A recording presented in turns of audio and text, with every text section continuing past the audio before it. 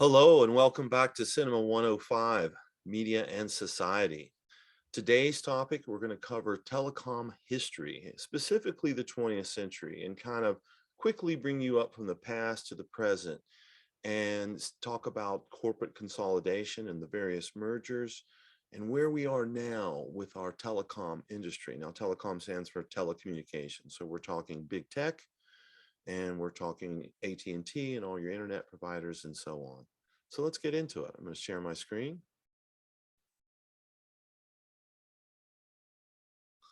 Okay, telecom history. We start with the same image of cave paintings to modern media global village. Please watch the lecture attentively in a distraction-free environment. Discussion questions test your understanding of ideas, not your memorization of facts and terms. Open your minds and consider the ideas I present in terms of your own life and experience. And freely stop the video to read the slides if you want more explanation. Reach out with any questions. Here we go. So important events in the 20th century telecom history. So we're going to talk about the Fairness Doctrine, the Great Society, the Powell Memo, corporate backlash, all the way through Fox News, and bring it all the way into today's corporate media. But first we have to ask, how did we get here? All across the United States, we see strife, political strife, disagreement, even some people talking of civil war. The country has never been more divided between right and left politically, between urban populations that are progressive versus rural populations that want to return to a former state. So in this lecture, we'll attempt to answer this question. So let's begin early in the 20th century. Specifically in the 1930s. And that's when we had the Great Depression. Combined with the Dust Bowl, it destroyed the American economy in the 1930s, and millions were plunged into poverty. The response was the New Deal by President FDR. He introduced many reform policies, including Social Security for the old. Here during the Great Depression, we see some tech adoption numbers. And we see that in the 30s, we didn't have a lot of tech. A lot of these things haven't come along.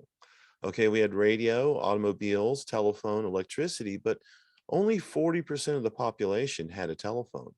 And it dipped. You'll see this dipping here. That's a result of the Great Depression because people were poor. They couldn't afford all of these technical things. And this is why this technical adoption took so long and why the numbers are so low. Okay. So the American home in the 1930s would have had 65% had electricity, only 65%, 45% had a radio, only 42% had a phone. Cars were not even universally adopted. The movies were thriving, and newspapers were really the prominent form of information. The American Society of Newspaper urged all newspaper editors to set aside more space for interpretation and explanation of the news as the country was plunged into a depression. So one of the most significant pieces of legislation that applies to our class is the Communications Act of 1934, because it combined and organized federal regulation of telephone, telegraph, and radio communications, essentially telecom, okay? And it created the FCC, which still existed today to regulate all industries that apply. Up next, we have World War II. I'm sure you've heard of it. Major event for the U.S., resulting in a major militarization, huge mobilization of the manufacturing power. And after U.S. emerged victorious, there was an incredible golden age we call the post-war period, where the U.S. was the dominant world power economically, politically, and militarily.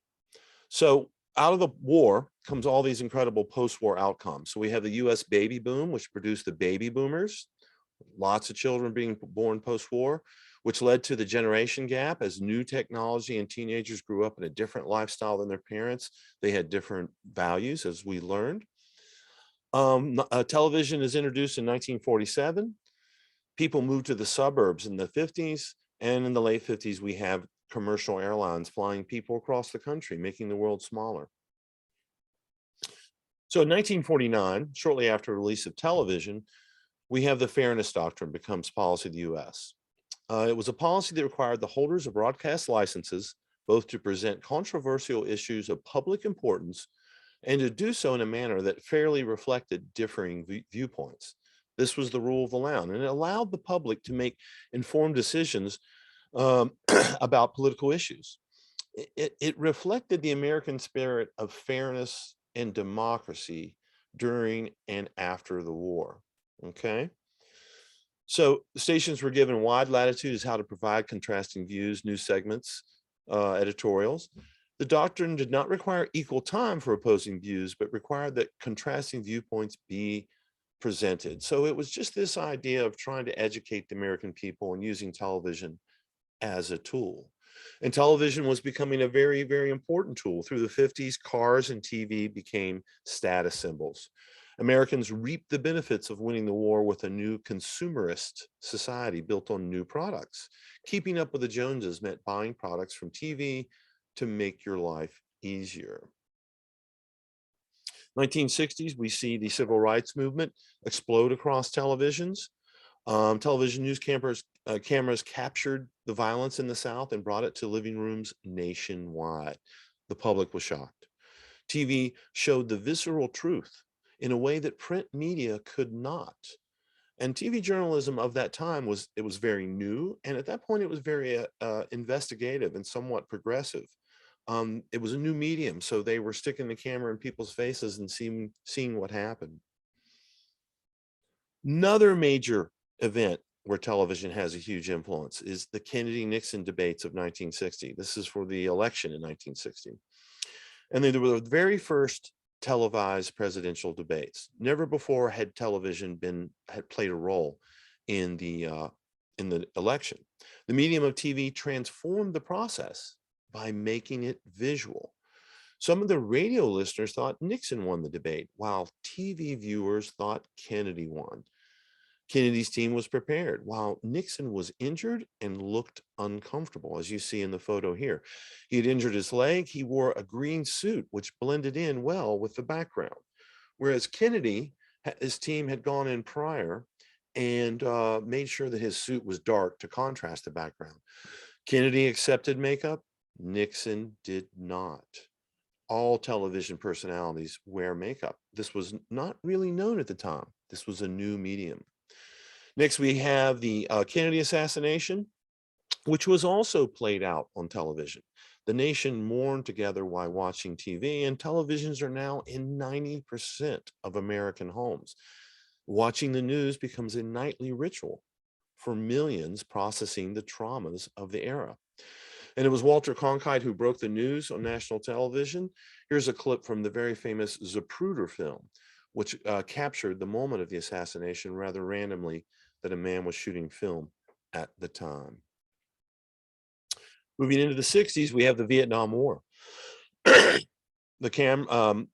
journalists of the time were turned loose on Vietnam with cameras, filming whatever they found, and they captured images of war and strife and villages being burned, and they did not like it. It terrified them. It was an impression of war that was shocking, and it was the first time television that a war had ever been televised. Okay, think about that. You used to have to go either to the battlefield or you would have to watch it in a movie or a newsreel. Walter Cronkite tells the nation the war is unwinnable after his visit. And President Johnson said later, if we've lost Cronkite, we've lost the nation. This should show you the importance that television was beginning to have. So the 60s was an era of reform and turmoil. The civil rights movements, political assassinations across the United States in the 60s, the Vietnam War, the civil rights movement, and a new understanding of the role of women in society awakened college students to become activists, resulting in demonstrations, protests, the youth challenging societal norms. American society was changing, and many rose to oppose this change.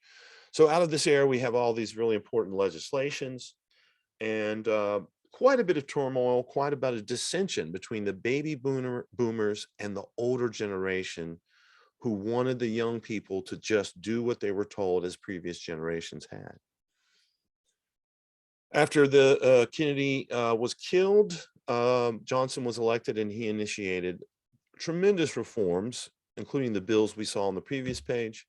and something called the Great Society. It was an ambitious series of policy initiatives, legislation, and programs spearheaded by Lyndon B. Johnson with the main goals of ending poverty, reducing crime, and abolishing inequality in America.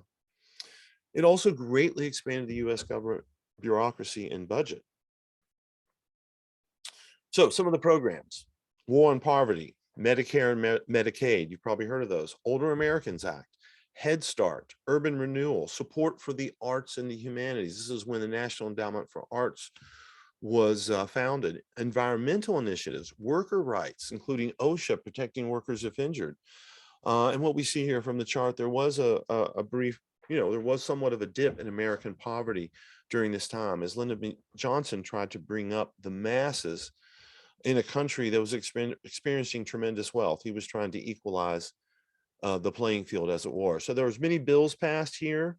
And this is an important note. Major Great Society legislation was passed with bipartisan support. So Republicans and Democrats got behind this. And in 64, Johnson had won the election with the highest percentage ever. So he had tremendous sort of momentum behind him. Well, not everybody liked it. Corporate America is furious. From 1964 to 1972, the entire American business community experienced a series of political setbacks without parallel in the post-war period. In particular, Washington undertook a vast expansion of its regulatory power, as we see here in the chart, okay?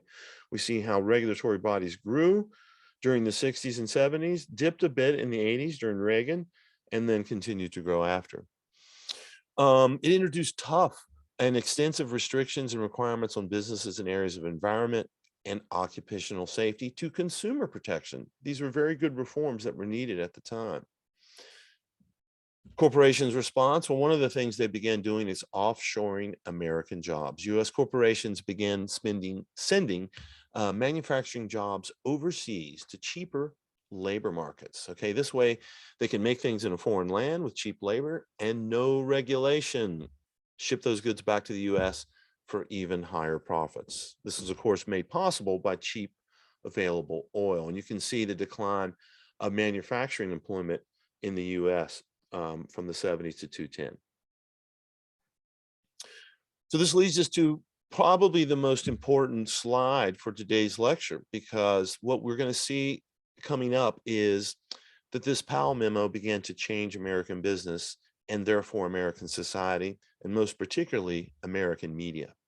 Okay, so Lewis Franklin Powell was a lawyer for Big Tobacco who created the political playbook for American corporations over the next 50 years. This was the Powell memo.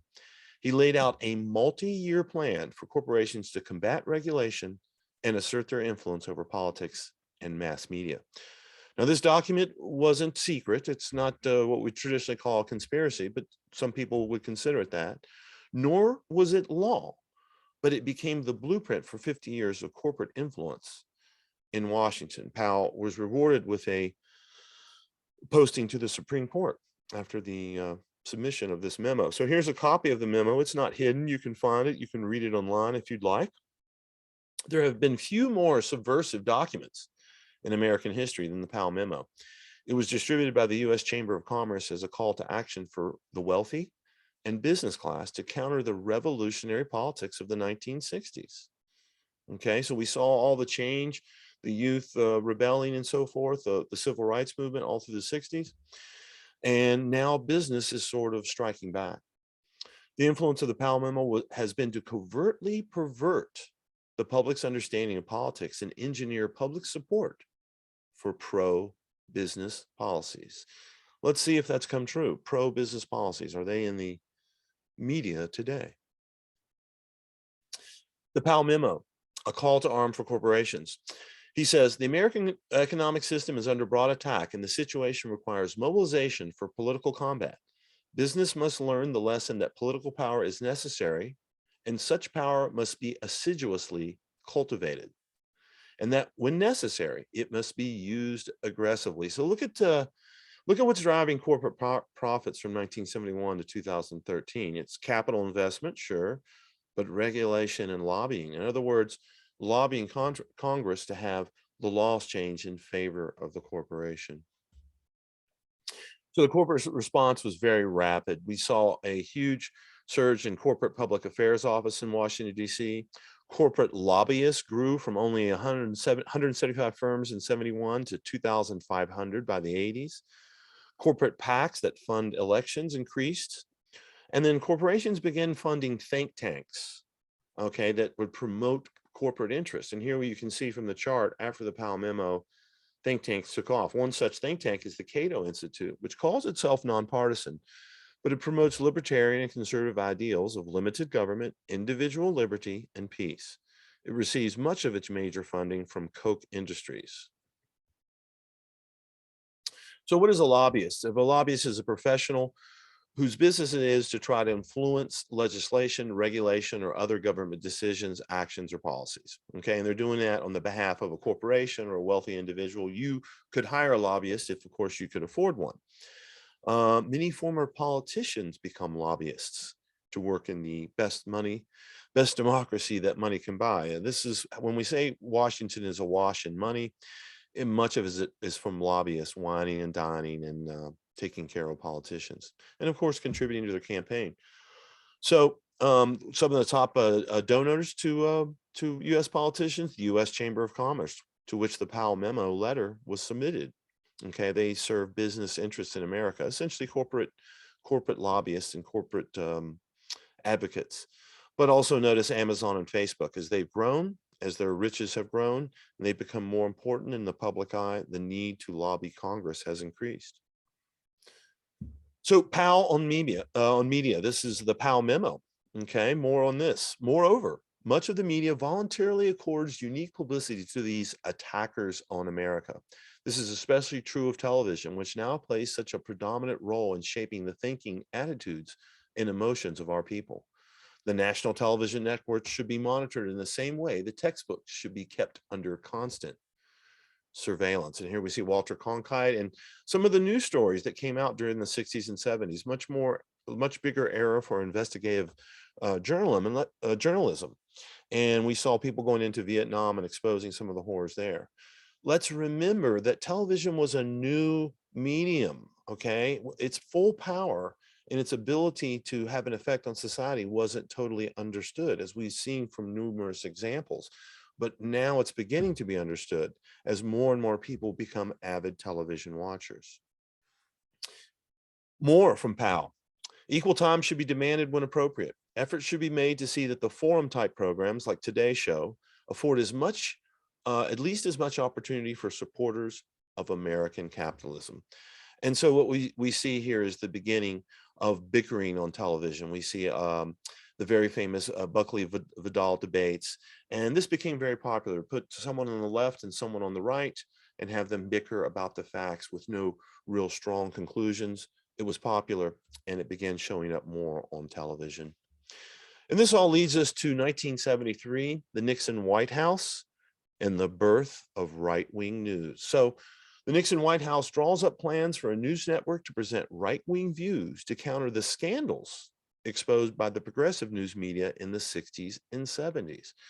And this was called the Roger Ailes memo, and it was titled A Plan for Putting the GOP on TV News.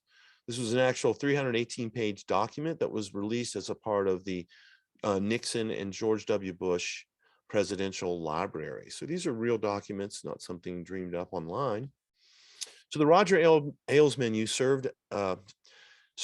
Roger Ailes, served as a paid consultant to Presidents Nixon, Reagan, and Bush, offering detailed and shrewd advice ranging from what ties to wear on TV and how to handle public relations for a war. So in the Ailes memo, he says, today, television news is watched more often than people read newspapers, listen to the radio, or gather info from any other form of communication. The reason? People are lazy. With television, you just sit, watch, and listen. The thinking is done for you. Roger Ailes, if you don't know, went on to be the president of Fox News. So in the 70s, we had a lot of strife and struggle, from Watergate, high inflation, the oil embargo and gas shortages, the Iran hostage crisis. All this was being displayed on television. Now, television was this medium for projecting the world and projecting the strife out to the world. And even the television shows like All in the Family addressed racial issues, but then some shows like Happy Days feature a return to the 1950s and a simpler time. So here we go. We're at the end of section 1. So my question to you is, how did the introduction of TV affect politics in America? So we've seen numerous examples to the lecture. Please write down this question and answer in Canvas. Take some time and give me a good answer. How did the introduction of TV affect politics in America? What did it change? How did the medium affect the society? Okay, you can stop the show now, but I'm going to move on. Okay, now we're into the 80s and the Reagan Revolution. Now, after decades of liberalism and social reform, Ronald Reagan changed the face of American politics by riding a groundswell of conservatism into the White House. The 60s and 70s were over, and people now coveted the security that Reagan seemed to offer. And his campaign actually evoked images of the 50s. And that's why I put up here Back to the Future, which is a film from the 80s about a teenager going back to the 50s where the values were different. Okay, and this was popular in films of the 80s. So one of the big policies of Reagan was dismantling the Great Society reforms that we just discussed. In 1983, Reagan denounced the Great Society as a bundle of expensive and failed initiatives that contributed to, rather than alleviated, suffering. Thus began 40 years of rolling back progressive gains from the previous era, culminating in the Supreme Court striking down abortion rights for women in 2022. Remember, abortion was voted in 1973 during this reform era. Now, 50 years later, we see it's changed.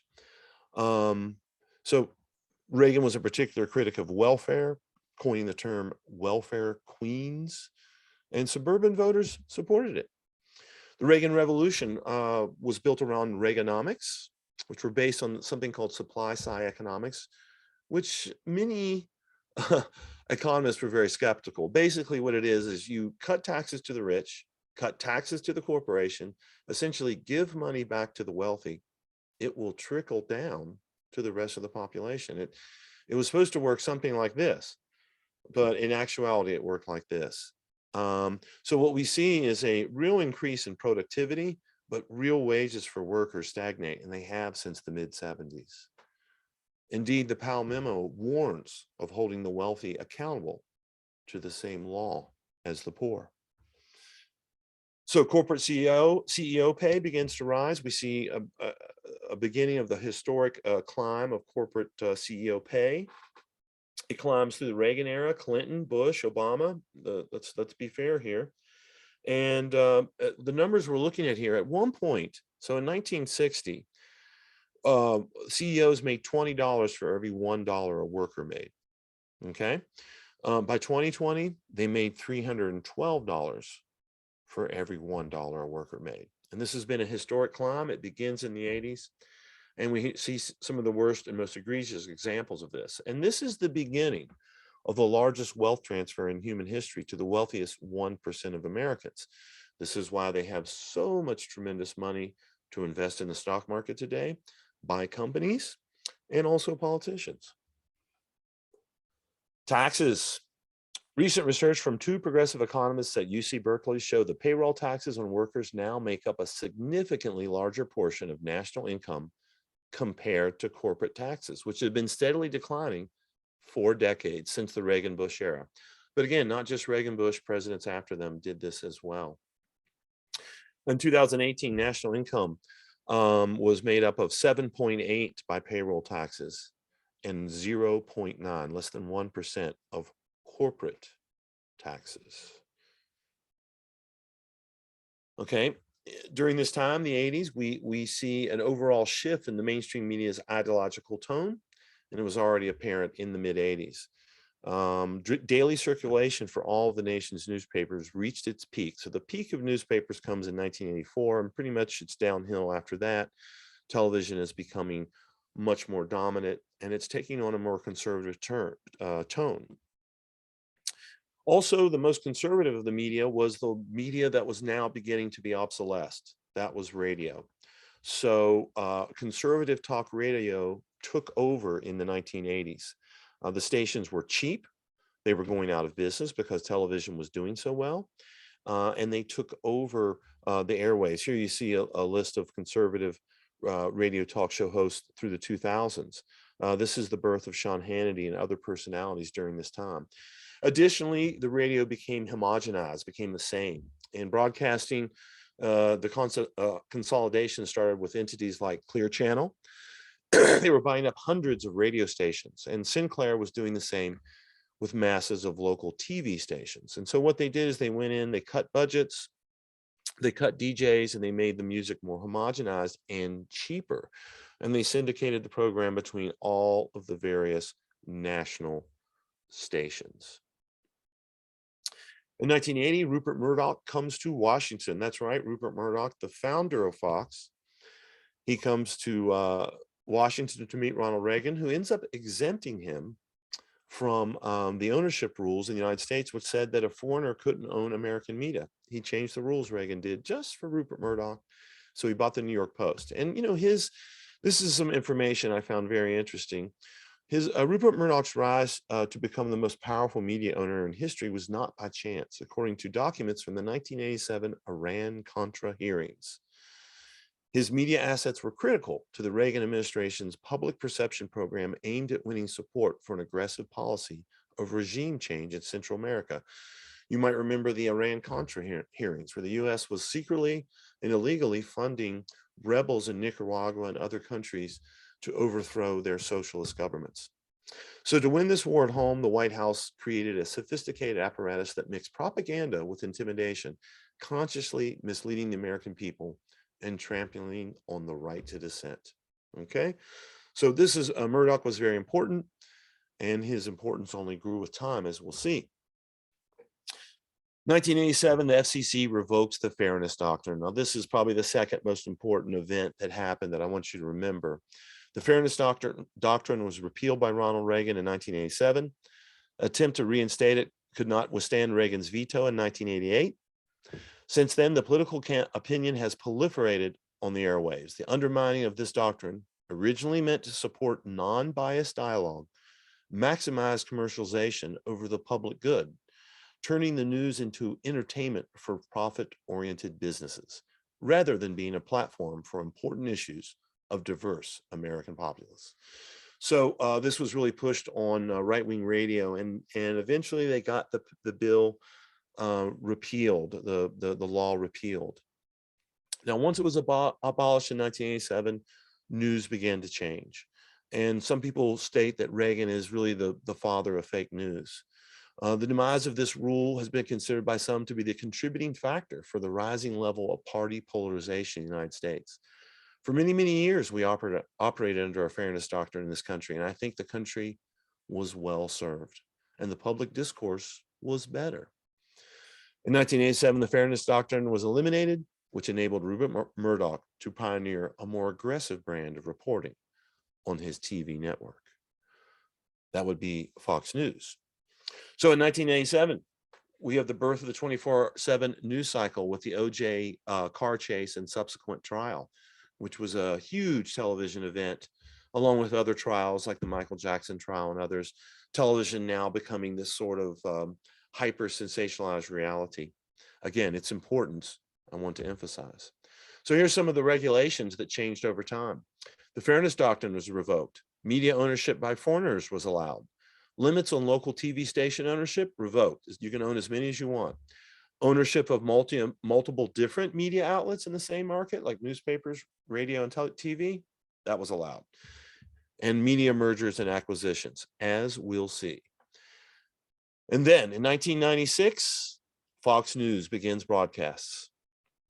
Roger Ailes, as you remember from the Nixon White House, was made its first president and served in that position until he resigned in disgrace over a sex scandal. He famously said, "The truth is whatever people will believe." And Fox became very famous for having very emotional headlines that often inspired fear in people. And their commentators, not just presenting the news, but telling people how to think and feel about the news, using a lot of adjectives to describe and critique the news that they were telling us about.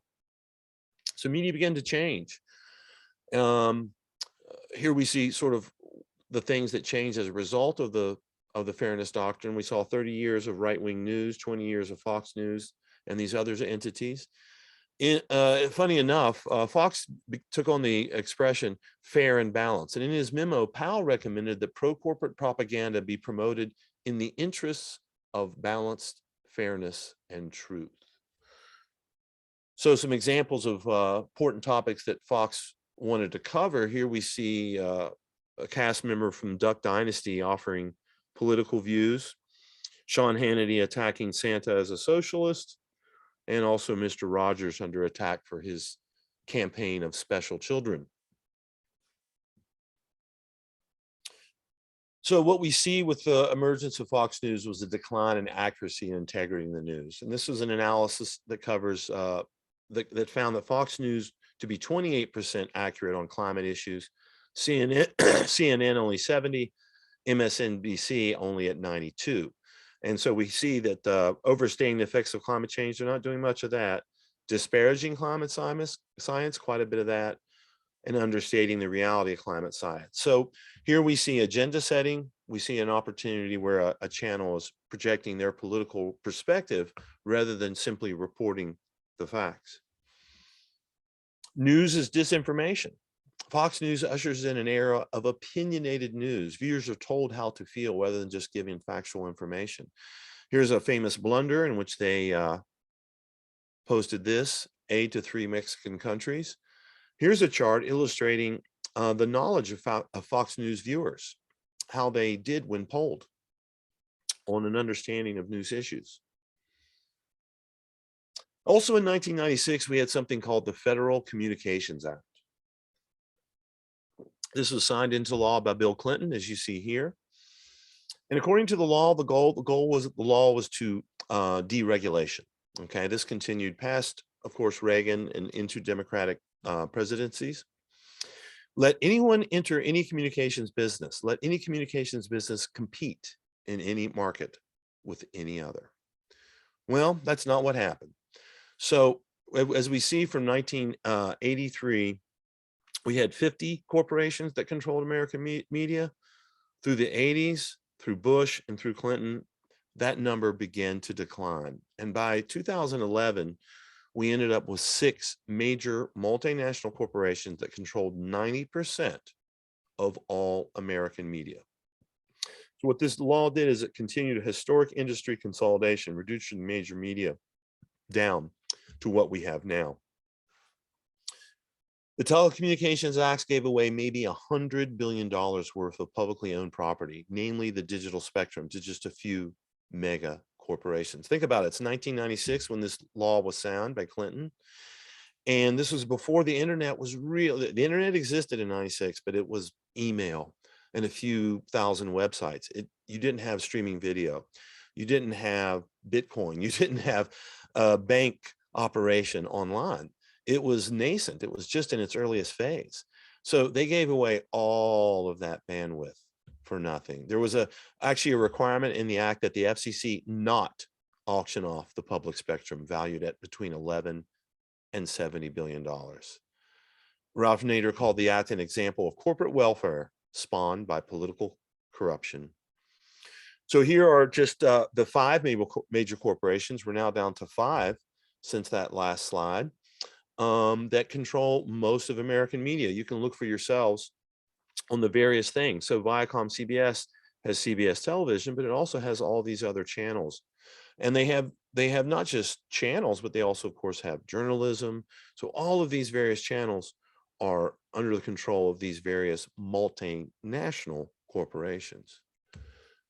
So this is what we call media consolidation. This is an important term. And it's essentially leads to a monopoly.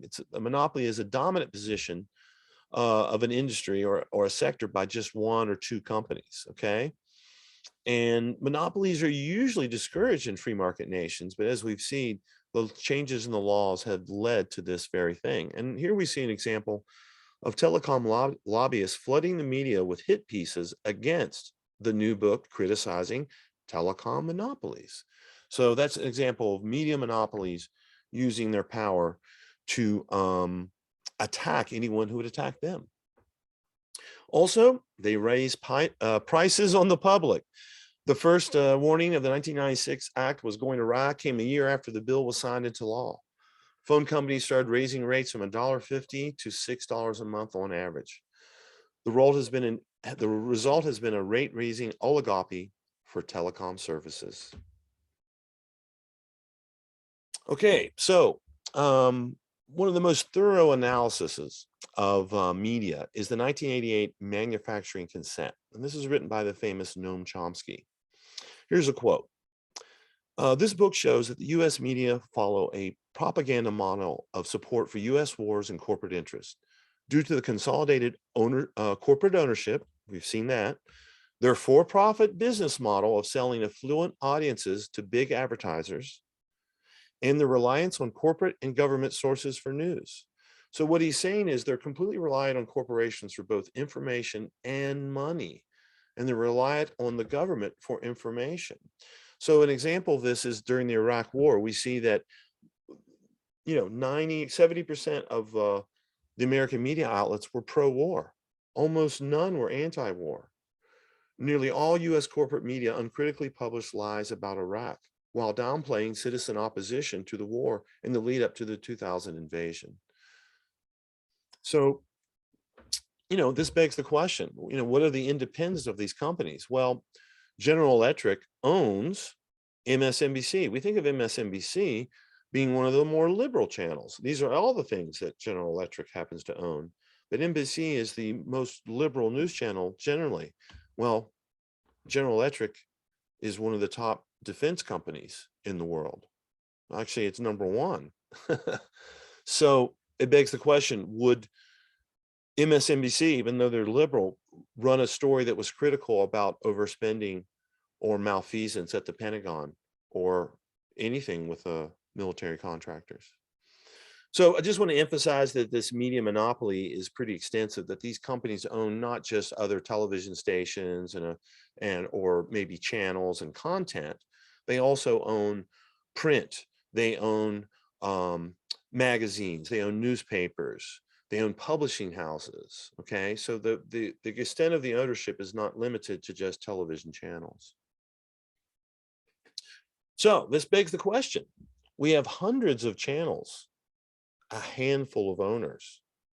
Given the importance of media in a modern democracy, is concentrated corporate control a service or disservice? Okay, for example, here we have television ownership.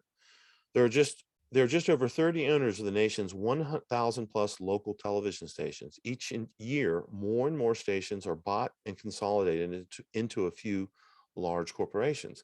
For example, Sinclair, which are known and openly espouse conservative and corporate views.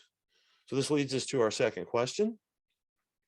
How did the Powell memo influence American corporations and change media? So this is a big one. We're bringing the Powell memo all the way back from the two sections that we've just covered.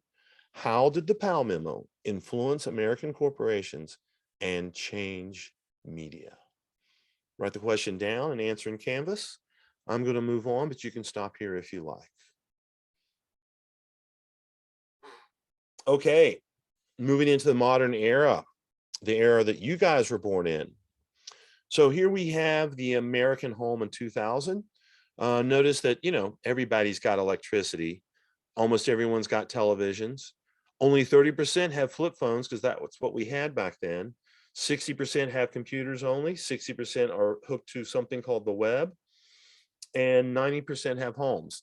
So most people had computers, but a computer was really just a word processor and a calculator and maybe a little file storage until the internet came along and it sort of took over American life. The internet transforms the computer from a tool to use occasionally to the center of entertainment life over the next 20 years. So 2011, we have 9/11, the famous event, and Fox News really begins to take off. The fledgling network leans into coverage of the event.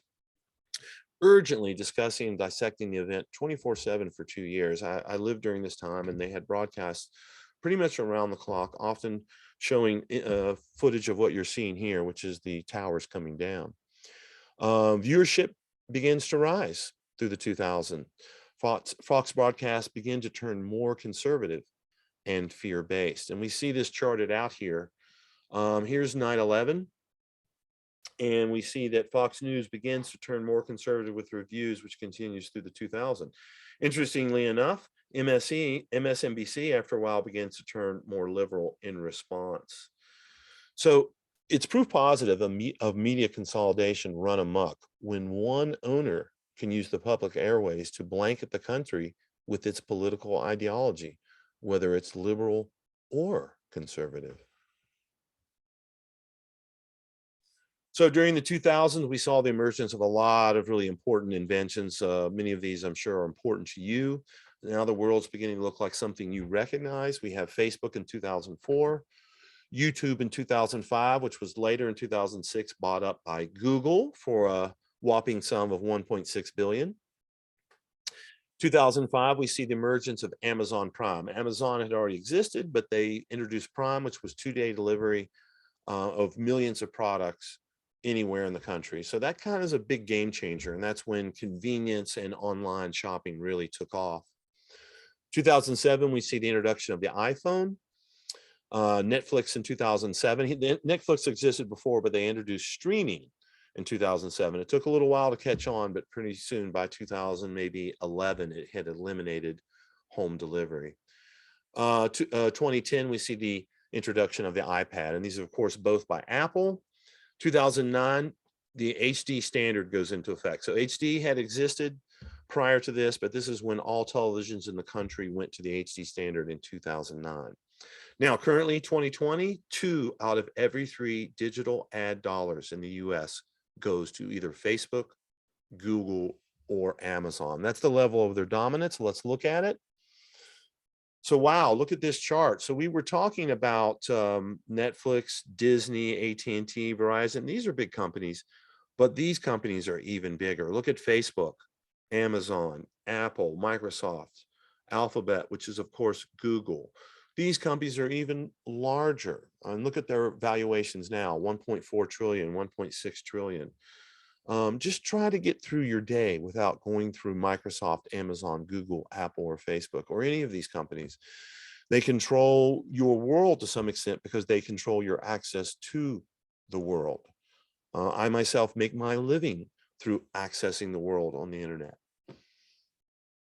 And what we're talking about now is big tech dominance. So we've moved into the modern age. We talked about some of the other companies. Now we're coming up into the 2020s, or at least to the 20-teens.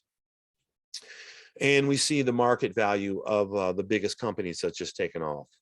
And this was really helped out by COVID. You'll see a big bump here, a spike towards the end. And that was partly the COVID-19 pandemic. I remember a lot of people had to stay home. They weren't even going to work. And so more people went on to streaming services, more people ordered online. And all of this shows that the financial firepower of our big tech firms is unrivaled. And the chances of new applications and platforms to grow up and to remain independent are increasingly limited. So let's take a further look at that dominance. Here you see the share that these entities have. So Google has about 85% of all the internet searches. Google and Apple are most of the operating systems. We see that a lot of major functions on the internet are dominated by one or two of these big players. And with that money they're making, they're beginning to turn their eye on Washington and lobbying. They're beginning to see how the increase that we see in tech giants spending on lobbying in Washington. And by the way, Amazon owner Jeff Bezos comes to Washington, at least to lobby. He's bought the Washington Post, which of course is the newspaper from which people living in Washington are going to have their agenda set by the various articles and ideas discussed. Bezos also bought a huge DC mansion in which to entertain, obviously for politicians. Amazon Web Services is now hosting the CIA's web services. And of course, we see their profits going for the roof. And let's not forget, Alexa does, unless you request otherwise, Alexa records all of your conversations and data as it answers your questions. So what we see is a lot of buying up of emerging small tech companies. Famously, Facebook bought competitor Instagram. Instagram took off with the young people. Young people weren't going to Facebook. Facebook bought it. And this is another form of media consolidation. They're buying up little companies as they come out before they have a chance to survive. There's a media consolidation bonanza underway with no let up in sight. The boom is sucking in big legacy media companies, including Hollywood studios such as Warner Brothers and MGM, as well as broadcasters, broadcast companies, and global tech platforms. So notice how, they're not just buying up within the tech sector, which is the original sector. They're also buying companies outside of tech. Like I believe Facebook bought some VR headset companies. So this is nothing new. History repeats. The developments we see in big tech are very similar to the period called the Gilded Age in the 19th century, when massive investments in railroads gave rise to monopolies in banking and oil and steel. I believe we looked at that last week. Zuckerberg, Bezos, and Jack Ma from China can easily be compared to the former robber barons, J.P. Morgan, John D. Rockefeller, and Andrew Carnegie. So here's a political cartoon from the 1880s. During the Second Industrial Revolution, when wealthy robber barons exerted influence. So here we can see monopolies then and now. We have steel and refined oil from 100 years ago. Today, we see more services and products, beer and beef, where we see strong monopolies of just a few companies. Here, I sort of laid out graphically the various banking monopolies that have happened in the last 20 to 30 years. And this consolidation is not limited to just those industries or media. It's happening all across services. Here we see candy and food and cereal. Capitalism often leads to consolidation and even to monopolies. Throughout the history of free market capitalism, often a few big companies grow and grow in size to eventually corner the market and become a monopoly. And this happens in almost any industry. For many years, we were limited to just 3 automakers, Ford, GM, and Chrysler. Now that's since changed. And what happens is they become too big to fail and get bailed out, as GM did during the financial crisis of 2008. And let's remember, big companies make big political donations. So the 2010s see even more mergers, more consolidations. Yes, this is a theme. 2016 through 2020, you see the various media mergers that happen. I won't read all those, all those for you. This reduced telecom to 3 major multinational corporations: AT&T, Verizon, and Comcast.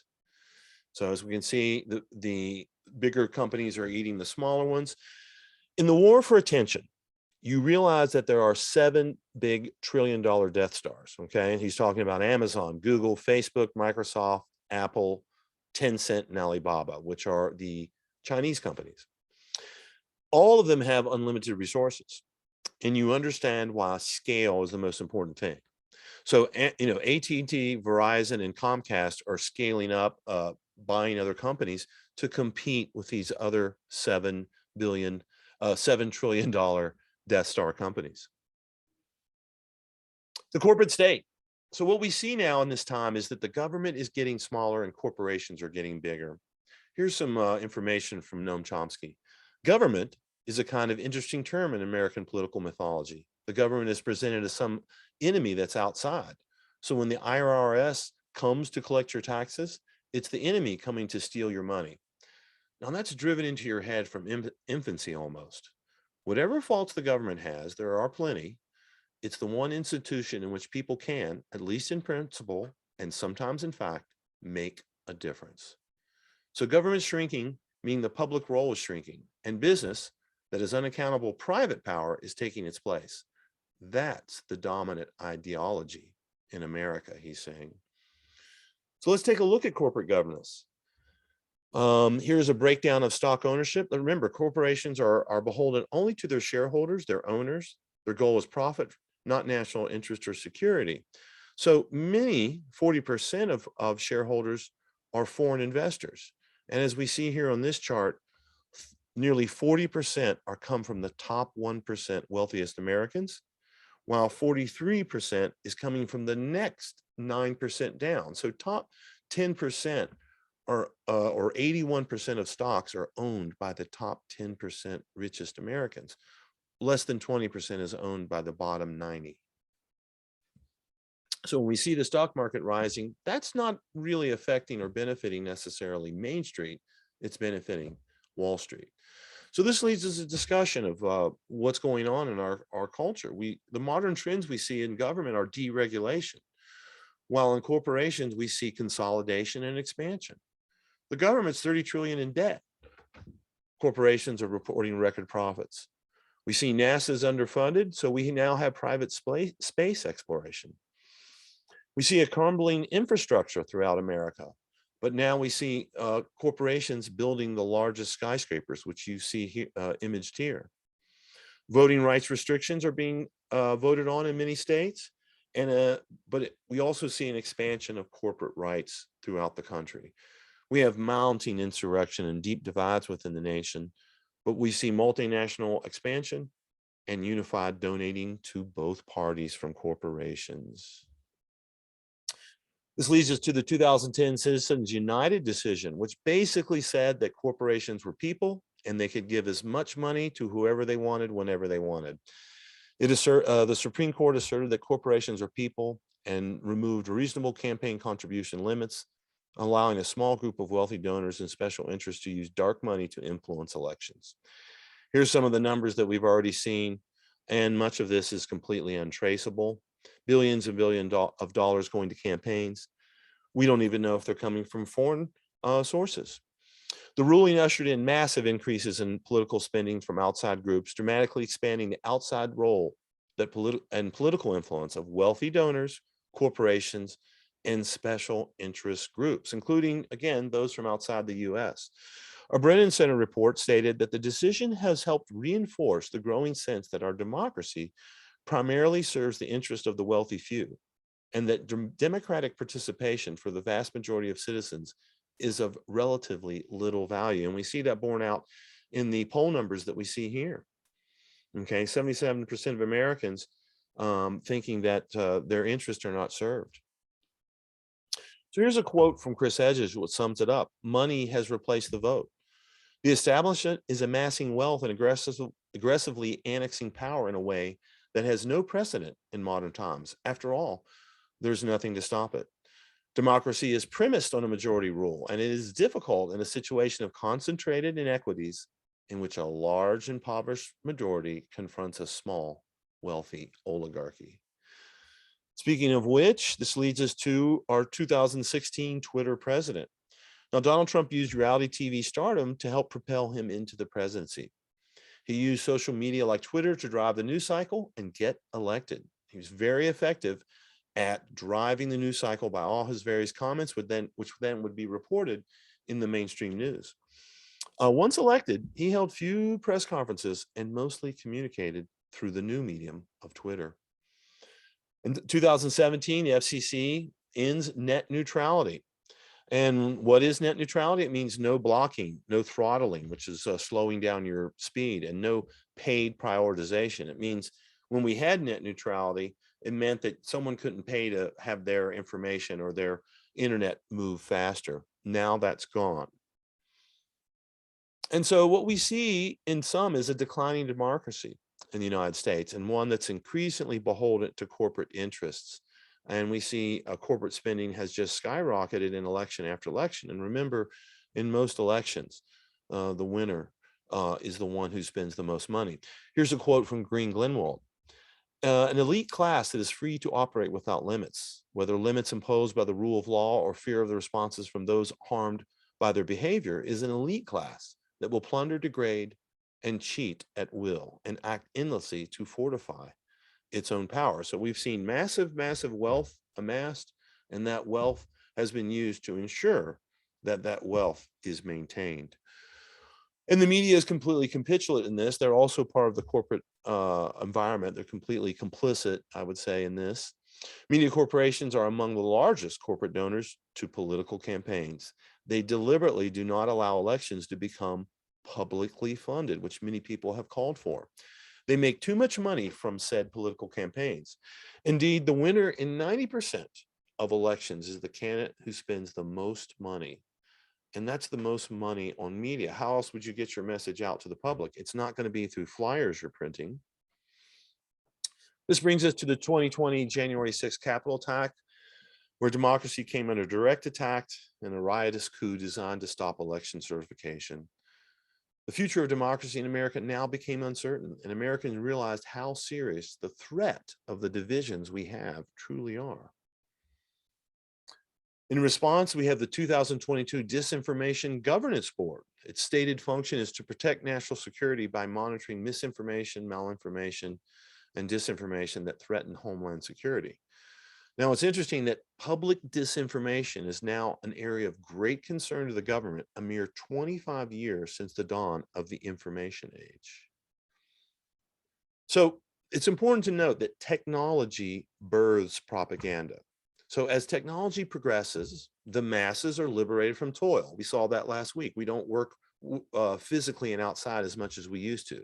The population exposed to the 20th century, so grows the need to direct the thinking of that enormous population. The alienating nature of technology creates the need for propaganda messages to soothe and reassure the population. Jacques Ellul says, it is the emergence of mass media which makes possible the use of propaganda techniques on a social scale, so a large scale. So let's get into those techniques. This is how we're going to wrap up the lesson. We're going to talk about amplification, agenda setting, cultivation, and sensationalism. Okay, here's a beautiful quote from Mark Crispin Glover. You can read that on your own.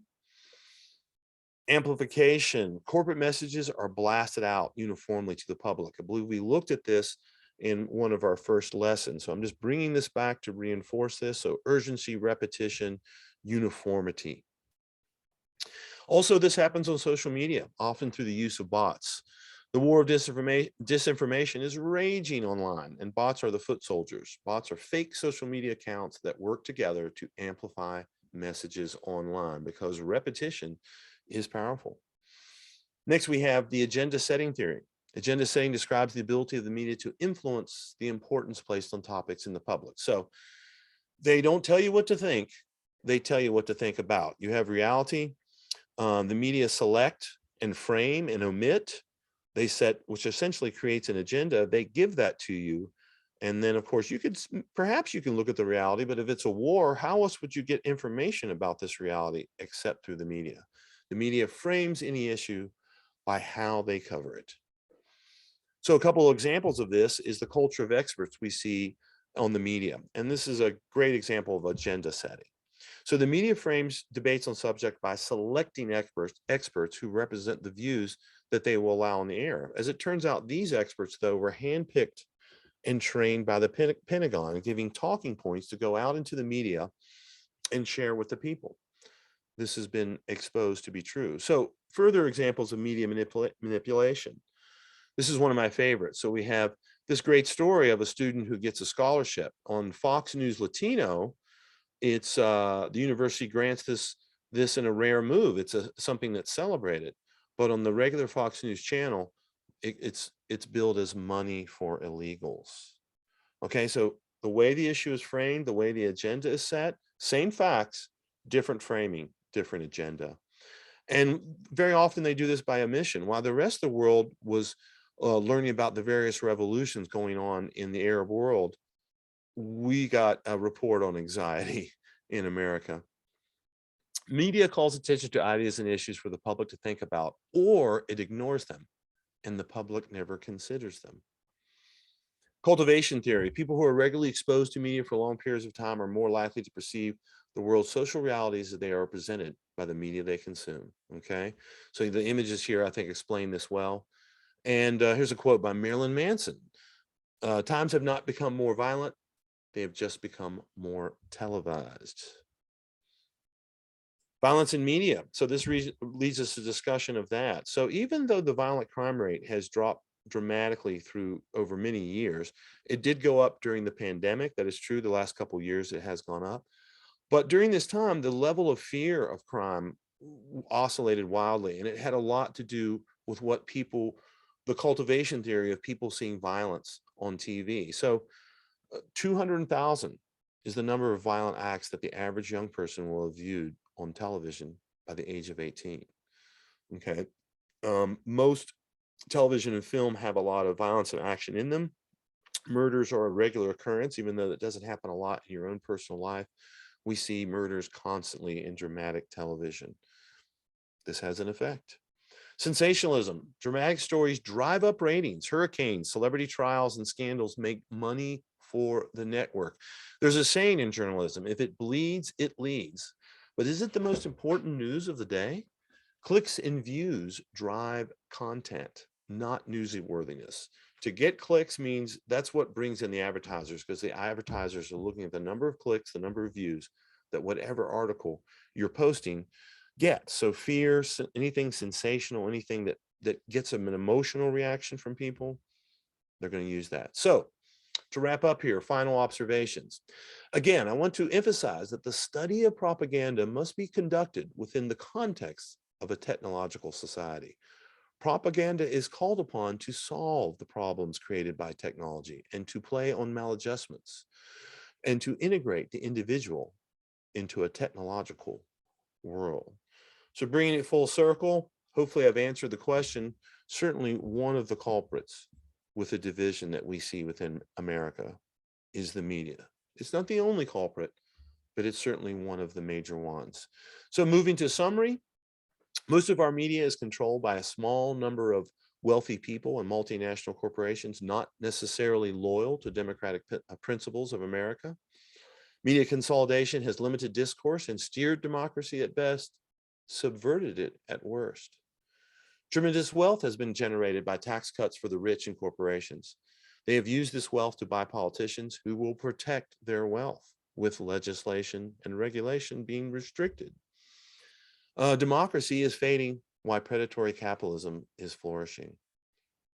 Indeed, the media no longer serves, or some of the media, I would say, no longer serves democratic principles.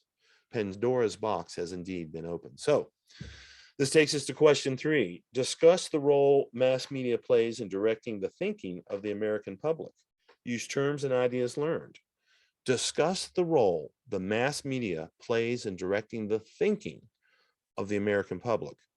Use terms and ideas learned. Please write down these questions and answer in Canvas. Final thought for you. The Great Depression began with the stock market crash in 1929. These were the conditions that existed for that allowed that to happen. And they're not terribly different from the conditions that exist now. And that's really why I began with the Depression, to bring it full circle and to show that many people are talking about this and it's not out of the question. 21% of all US dollars ever printed were printed in 2020. So food for thought. Hope you enjoyed today's lesson. I'm going to go ahead and stop the share after I get out. Please reach out with any questions. Let me know if you understood everything.